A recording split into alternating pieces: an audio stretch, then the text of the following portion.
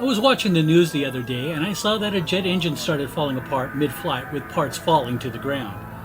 And it reminded me of a movie that really gets my mind racing. I love movies about time travel. I find the concept of time travel not only fascinating, but the philosophical ramifications extraordinary.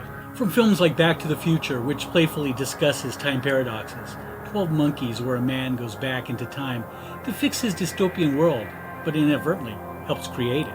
In its various remakes, The Time Machine shows us what our world could be, and more recently, Robert Heinlein's adaptation of his book, Predestination, and its serious take on becoming your own grandfather, or the German series Dark, where a cave of wonders near a nuclear plant starts the beginning of the end of the world as we know it. Or is it the other way around? No, today we'll be taking a look at a story that is only just a little bit over 20 years old. Today we are looking at The Philosophy of Time Travel, written by that great but utterly unknown sister of St. John Chapel, Roberta Ann Sparrow, better known as Grandma Death. That's right, we're looking at the time travel tome from Donnie Darko, The Philosophy of Time Travel. Hi, I'm Rob, and this is A Constantly Racing Mind.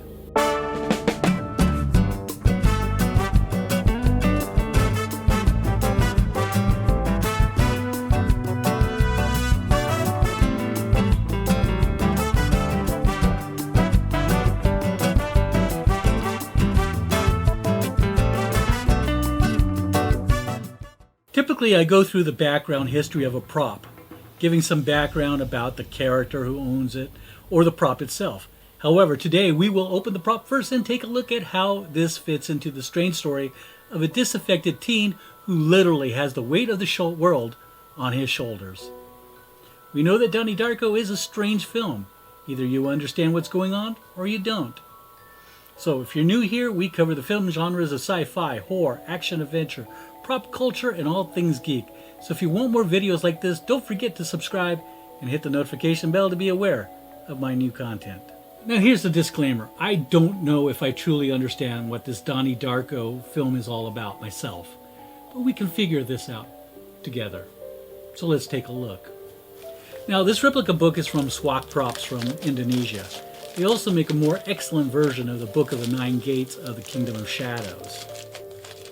From the Johnny Depp film, The Ninth Gate. The title page, the foreword, 8 chapter pages, 2 appendices, and a note page were the only 13 specific pages in the original prop, which has been faithfully reproduced. The original prop had chapter skips, so Swak had to put in the missing chapter headers, blurred out, but no additional illustrations or text to add to the mystery. Swak has repeated the pages several times to make up the book. The alternative pages set also contain handwritten notes with references to the relevant incidents in the movie, which is very similar to the Indiana Jones Grail Diary, which you can take a look at here. Now, this is a set of unique pages as per the actual prop.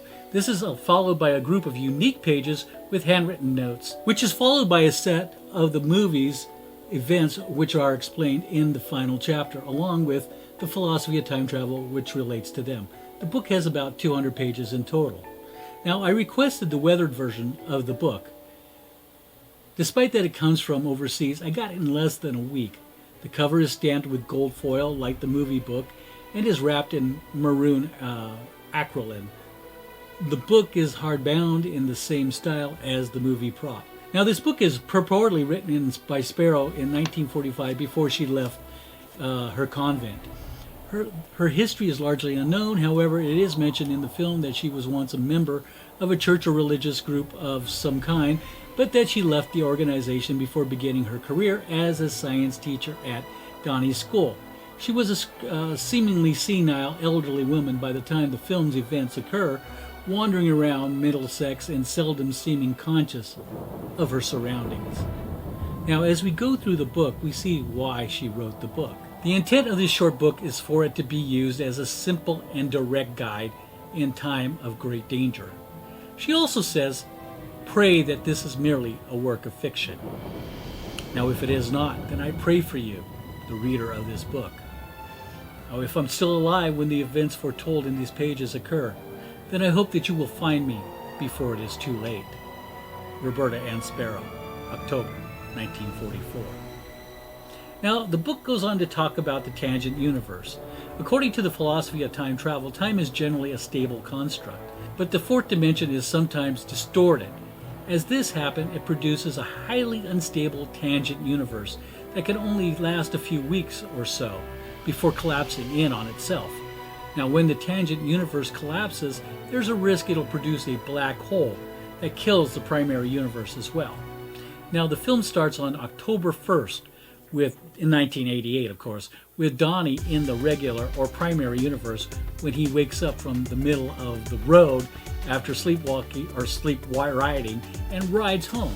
Now, the question everybody asks, where is Donnie? Alluding to his mental issues and physically, where the heck is he? Which are discussed at the dinner table that night. Yes, Donnie has issues. But time is soon corrupted, and a tangent universe is formed at midnight on October 2nd. Now, this alternative universe will now be the setting for almost a month. Now, Frank, in a rabbit suit, we'll find out who Frank is later, by the way, wakes Donnie up and lures him out of the house shortly after the tangent universe begins. Frank beckons Donnie to follow him to the future, where he tells Donnie that the world will end in 28 days, 6 hours, 42 minutes, and 12 seconds. And of course, the folks on the interweb, as folks on the interweb tend to do, try to find meaning in those numbers by adding them up and looking for coincidental associations with the number 8. Try it sometime. After which we find Donnie asleep again, but this time on the golf course. Jim Cunningham, the town's motivational speaker with a dark secret, wakes to sleeping Donnie. Donnie will get back to him later. Now, the artifact. Now, the book discusses the artifact. When a tangent universe is formed, an artifact will appear spontaneously. Time travel philosophy, the artifact, which is always made of metal, is the first indication that a tangent universe has been formed. The artifact, in this case, is a massive jet engine. The jet engine crashes through a rip in time and lands in Donnie's bedroom while he was away, sleeping at the golf course. The location of the artifact's origin is never revealed. It was most likely generated during the creation of the tangent universe. Now, the tangent universe is a carbon copy of the primary universe that includes one of each of everything. A glitch occurred during the copying process, resulting in the formation of 2 jet engines. Since the second engine has no place to go because it's already part of a jet, it's actually dumped where the tangent is. Now, after the family moves into a Holiday Inn while their house is being repaired, the next day, Donnie's dad is taking Donnie to his therapist, and while driving and talking, they almost hit grandma death. Now, at this point, Donnie doesn't know that she is, in fact, Roberta Sparrow. Or does he? After checking if the old lady is okay, she whispers something into Donnie's ear that we don't hear. Now, in the tangent world, the universe becomes unstable due to the artifact. It can't handle the anomaly of a duplicate entity inside it. The tangent universe must be an exact replica of the primary universe to unravel without becoming a black hole. Now, by eliminating one of the duplicate jet engines, the universe would be balanced, allowing the tangent universe to safely collapse. The artifact can only be removed by sending it through a gateway into the primary universe. A living receiver is selected when a tangent universe exists with an artifact. This person is apparently chosen at random, and Donnie is the chosen one in this situation. Donnie was most likely picked because he was at the center of the tangent universe. Now, the artifact must be directed out of the tangent universe by the living receiver. Now, during their time in the tangent universe, this individual is generally equipped with supernatural abilities to assist them in their search. Increased power, mind control, the ability to conjure fire and water, and telekinesis are among them. Now, the first sign of these powers manifests when Donnie is compelled by Frank in his creepy rabbit suit that tells him that Donnie can do anything.